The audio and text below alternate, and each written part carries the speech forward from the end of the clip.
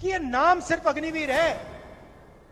इसका सच्चा मतलब मेरा जो हक है, हिंदुस्तान के जवान को जो हक है, पेंशन है, कैंटीन है, शहीद का दर्जा है, वो छीन ली गई है, वो चोरी कर ली गई है और वो अदानी को दी गई है। हरियाणा वालों, मैं आज आपके बीच में वादा कर जाता हूं, हरियाणा का एक भी अग्निवीर पेंशन वाली नौकरी के बगैर नहीं रहेगा। दोस्तों नमस्कार। हरियाणा विधानसभा चुनाव को लेकर के सभी राजनीतिक दलों ने अपनी पूरी ताकत झोंक रखी है।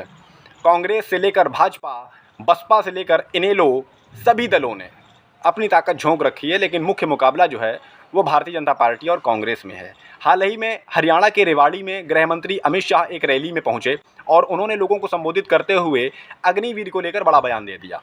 उन्होंने कहा कि अग्निवीरों को हम सरकार में आएंगे तो अग्निवीरों को पेंशन वाली नौकरी देंगे।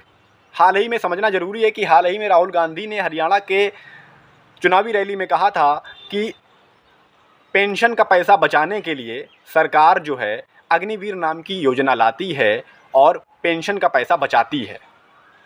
और उसके बाद गृह मंत्री जी जो हैं पेंशन का जिक्र करते हुए कह देते हैं कि भैया हम पेंशन वाली नौकरी देंगे। तो देखिए भैया, राहुल गांधी की राजनीति ने कैसे भाजपा को बिल्कुल बैकफुट पर ला दिया है। पिच कौन तैयार कर रहा है? देखिए, राहुल गांधी अभी तक चुनावी अभियान में नहीं दिख रहे थे, चुनावी प्रचार में नहीं दिख रहे थे। अचानक से आते हैं आखिरी में और आते ही पिच तैयार कर देते हैं। पिच अब तक भाजपा तैयार करती थी, अब देखिए राहुल गांधी ने पिच तैयार कर दी और अमित शाह जो हैं उस पिच पर जो है बिल्कुल बैकफुट पर आ गए हैं। राहुल गांधी कल पिच तैयार करके जाते हैं अग्निवीर को लेकर और आज देखिए ऐलान भी हो जाता है कि हरियाणा में हम अब जो है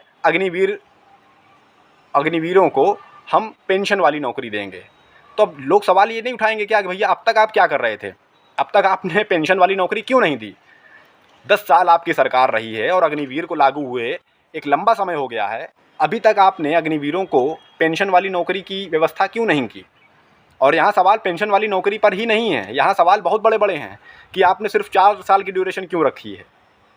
आप 75% को रखेंगे, 25% को हटा देंगे। जब देश में इतनी भयंकर बेरोजगारी चल रही है तब उन 25% को भी क्या स्थायी रोजगार मिल पाएगा या नहीं मिल पाएगा, उस पर भी संदेह है तमाम तरह के।